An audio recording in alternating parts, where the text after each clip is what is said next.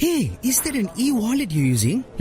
It's Touch & Go's e-wallet. Did you know going cashless helps save the trees? How? You know money doesn't grow on trees, right? Ha! Wrong!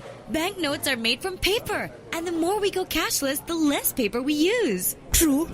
I've said goodbye to cash because the Touch & Go e-wallet is everything I need to go about my day. Just download ya. This is a download from BFM 89.9, the business station.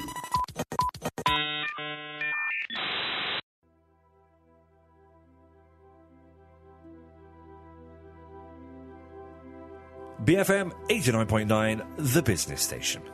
Frequent friend of Facebook and Mark Zuckerberg apologist, also known as Culture Pop's Matt Armitage, is back on his fake news mission this week. We're never entirely sure whether he wants to stop it or spread it. So, we'd better give him a chance to explain.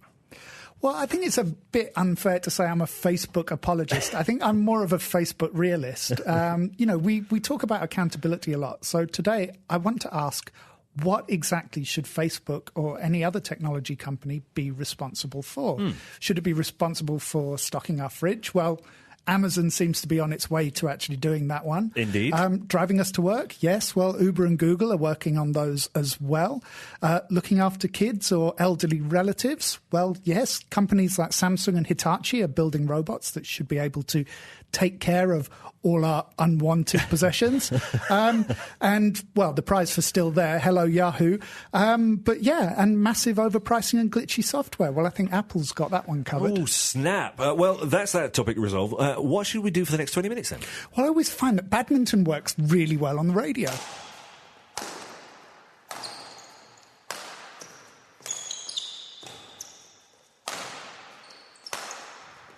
I think that might be all the listeners can take. It was a good game, though. I think you beat me 40-love in that first game. Mate, that's a different game. OK, let's go back to your friend Mark Zuckerberg. Maybe we can pad the show out a bit. Well, regular listeners know that Mark and I have this weird relationship where I call him Zucky-baby and he acts as though he has no idea who I am. It's a strange relationship. It's a strange relationship, but it's one that allows me to be absolutely honest about what I think of him and his company and its policies. And he continues to act as though he has no idea who I am. So it works really well. You may have heard on the media, maybe even on BFM itself, that various governments have called for Mark Zuckerberg to appear at some kind of World Congress on fake news. They want him to answer questions that various world leaders and politicians have about the fake news epidemic. And I'm guessing about how to reset their router when the bandwidth drops out on a Sunday morning. You're still on about the politicians don't know enough about technology, Trip. Well, that's why I made that horrible failed joke about resetting the router, which I know it's a cheap jibe, and the politicians are getting better at this, but it's not good enough to know that they're playing catch-up. Right. Mark Zuckerberg is the boss of one of the world's largest companies. He's not the tech support guy from the basement of your office. That's not an excuse for him not to be held accountable. No, of course not. I mean, he should be held to task, but it is pointless to hold someone to task unless we have the infrastructure and the knowledge to actually do that.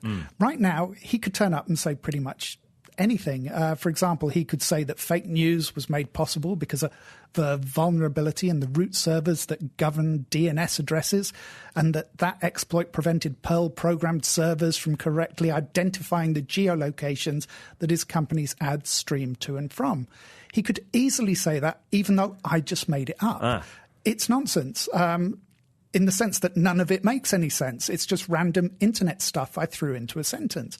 But our general lack of knowledge about the technology we rely on leaves us in this position that anyone who trots out a bunch of plausible-sounding terms is taken seriously. And that's what you want to talk about today? Because we're losing the ability to understand how our world works. And that's not new. We've discussed it here before. Partly that's because some of the technology, like quantum computing and AI, is absurdly difficult to comprehend. But we assume that everything is just as complicated, so we stop bothering to figure it out. And we become increasingly divorced from the reality. And we become, when we stop being able to distinguish between what's truth and what's fiction. Exactly. They both just become words. The truth has no more distinction than the fiction. In fact, when we watch fiction, that fictional technology is often more plausibly explained than the truth, which is why we all think that DNA matching takes seconds and that there is a super database that has the distinguishing characteristics of all the world's criminals. You know, we've arrived at this bizarre point where the easy availability of information should be allowing us to consider everything in a much more nuanced fashion, but instead we're becoming incredibly polarized. So we come up with binary positions. Yeah, those who are with us and those who are against us, you know, yes and no, wrong and right.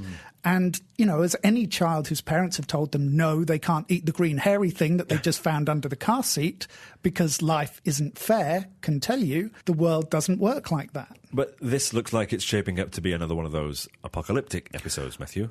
Okay, admittedly, last week when I was with Jeff, I went full apocalypse with the story about Puerto Rico and wondering what would happen if you added cyber attacks into the natural disaster mix. I had intended this week to talk about the other side of the environmental debate and talk about some of the technologies that are helping us to adapt to climate change, and I'll do that in a future episode fairly soon. Can't wait. Absolutely.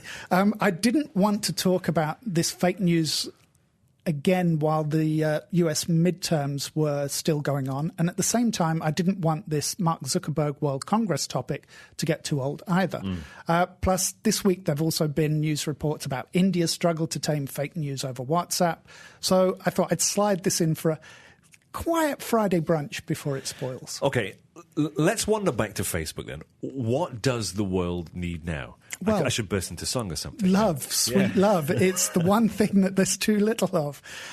Failing that, a face-to-face with the Facebook CEO. So if we go back to the reports of the story that came out last week, there's set to be a pan-national digital disinformation committee in the UK on the 27th of November.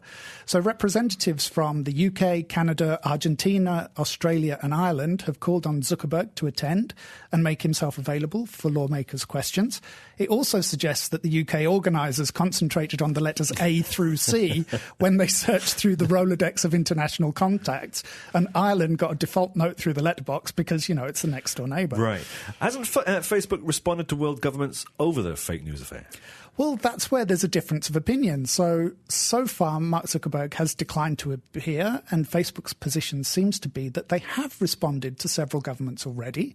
Zuckerberg and other senior Facebook officials have answered questions, and by golly, that should be enough. Right. That's not to say that Facebook has declared the issue over. Throughout the US midterms, the company made periodic announcements about profiles it had deleted that were suspected of misinformation or improper attempts to influence public opinion. But despite all of this, it still seems to me that we're doing all of this back to front. In what sense? Well, this is where the information and knowledge gap comes in. So, you know, let's accept the facts. The majority of people have no idea how Facebook works. They don't understand how social media tools can be used to spread disinformation and misinformation. And they don't understand that this wasn't just about buying ads that sent negative or false messages to people. It was also about creating fake profiles that would represent individuals or even entirely fictional grassroots movements or interest groups. Just elaborate a little bit on that. Well, I'm not saying that this is how it happened, but this is the way that I would do it. Let's say I set up the Culture Pop Exotic Donut Society. I call it KEDS. So we've got a fan page and I promote it heavily. It gets 100,000 likes because, you know, who doesn't like donuts? Right. It's especially popular with US law enforcement officers, obviously. Yep. So in amongst the donut recipes and fan shots, I sprinkle a few posts with US police officers engaging with difficult members of the public. Posts that always show the police in a very positive light. So I check to see how many likes I'm getting for that kind of post. I'm especially looking for comments, not just likes. The more comments, the more engaged my followers are. And that tells me whether to post more of this kind of police content or just stick to the donuts. Do you often stick to donuts? It depends how heavily I lean on them. I'm sorry, I do apologise for that joke. But even that awful gag is an example of how you can lead a conversation to a specific outcome. Now, I'm not going to go into that side of it. I've said this before. You can go and look up people like Darren Brown's work if you want more examples of how easily we can be psychologically influenced in terms of our behavior and the direction. All right, after the break, we'll take a quick look at where this donut is heading. The things I have to say on this show, Matt. You're, of course, listening to Matt Splained here on BFM 89.9.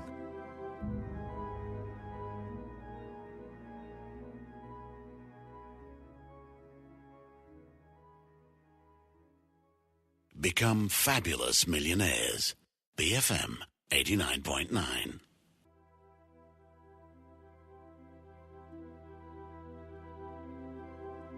Right, so before the break, Culture Pop's Matt Armitage was riding the donut of oblivion towards impending doom. What are we casting our glaze towards now?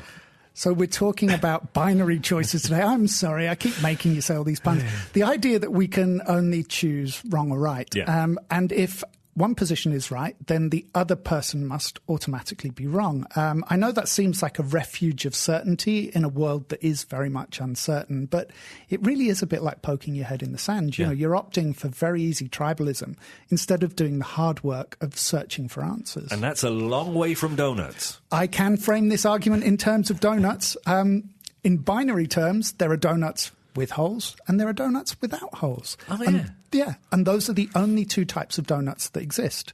And if you like one type of donut, you can't like the other. That's boring.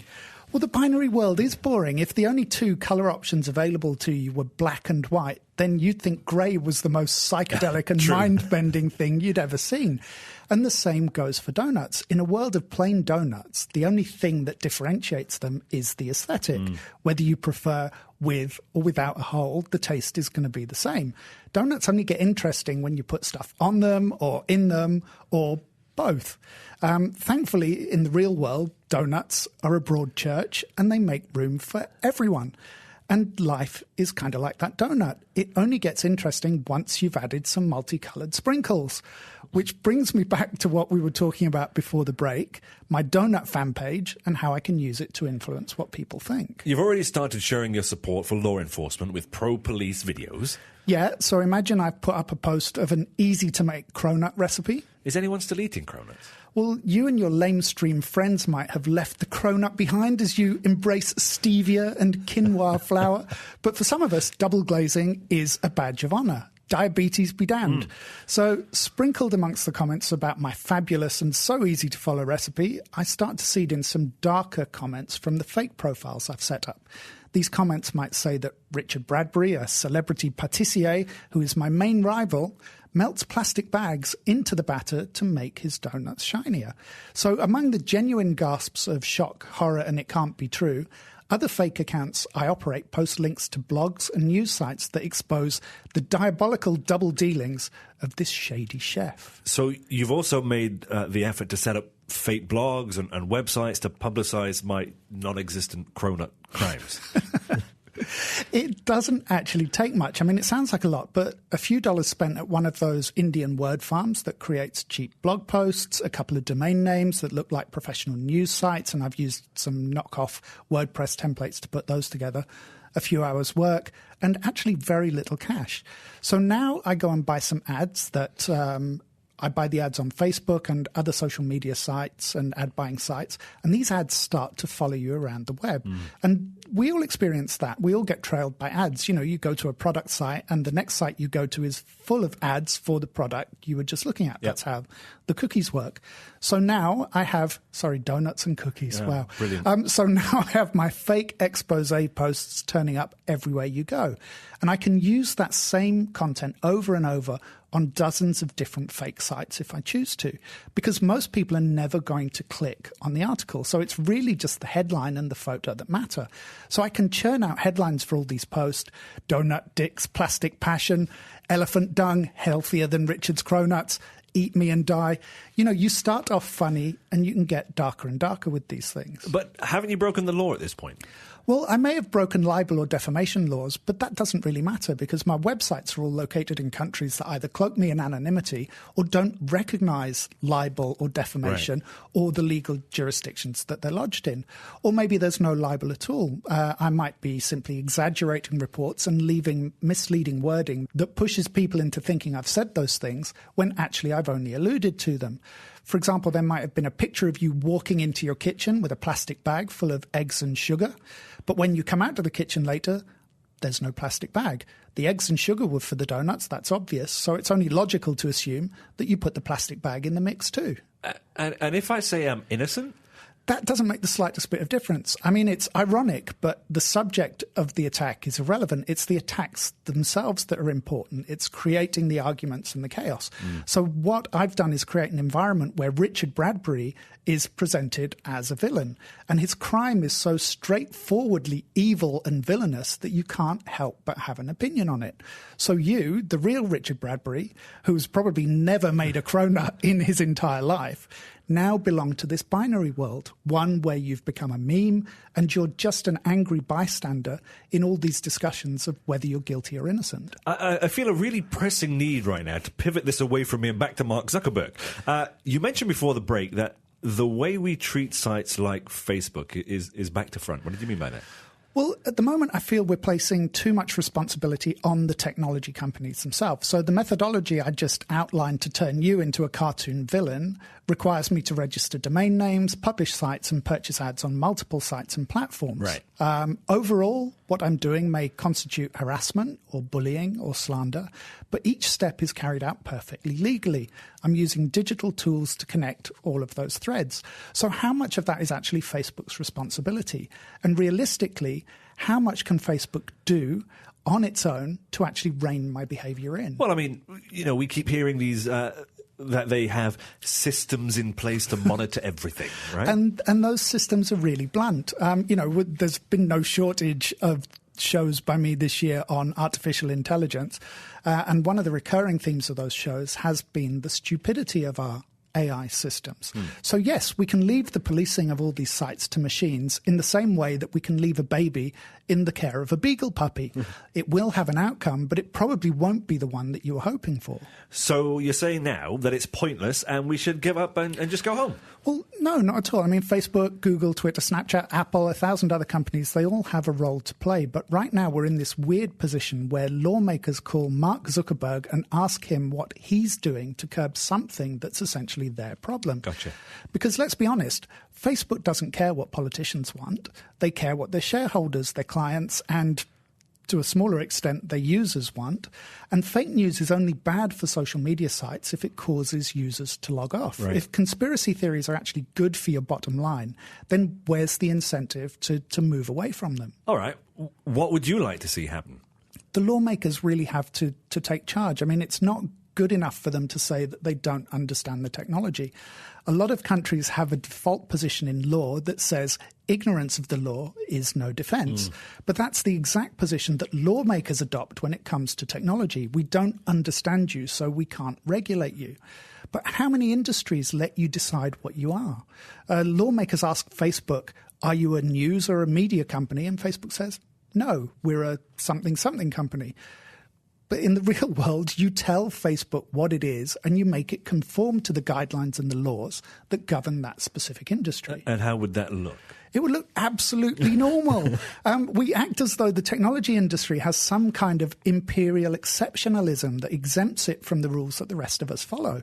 I can't open a restaurant and call it a stationery shop because that allows me to avoid all the hygiene regulations that govern restaurants. When the tech industry does exactly that, we call it a work of genius and we praise those companies for being disruptive. But there's another older word for that kind of disruption, and that's snake oil merchants. Good point. Now, can lawmakers now take charge, do you think, or have they ceded too much ground? They've ceded a lot of ground, but they do have to take charge. You know, they're the only ones who can create the framework that determines what is and isn't allowed. I'd like to see a lot more regulation of political and other campaigning spending on these platforms and govern the money that they are allowed to receive and the content that can be aired. So recently, the Iceland supermarket chain in the UK had its Christmas TV ad rejected by the broadcast regulator for being too political. That was because it discussed the palm oil industry. Now, I might disagree with that regulator's decision, but at least there is a regulator, there's a framework there. And there's no reason why we can't have similar rules for digital ads and campaigns as well. So what role do we, the public, have to play in this? Well, I often talk about the pressure that we can put on technology companies to shape their behavior. And this isn't one of those instances because we don't actually want Facebook or any technology company to be the arbiter here. In fact, a lot of tech companies have made it clear that they would welcome legislation because it simplifies the position for them as well. It gives them that sense of being right and wrong. It eliminates at least some of the ambiguity. Right now, there's this vacuum that makes it far too easy for partisan and hostile actors to exploit and subvert the norms of society.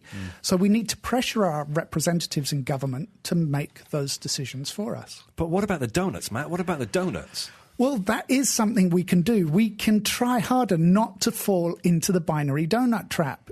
We have to be a little more open-minded and questioning. We have to try and see through the conspiracy theories.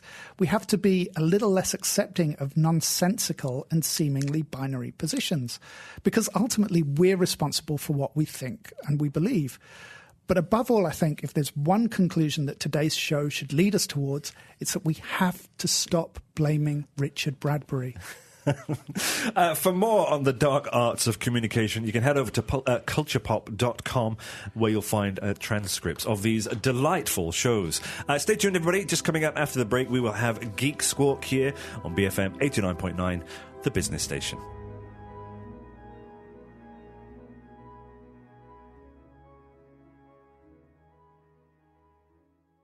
Thank you for listening to this podcast.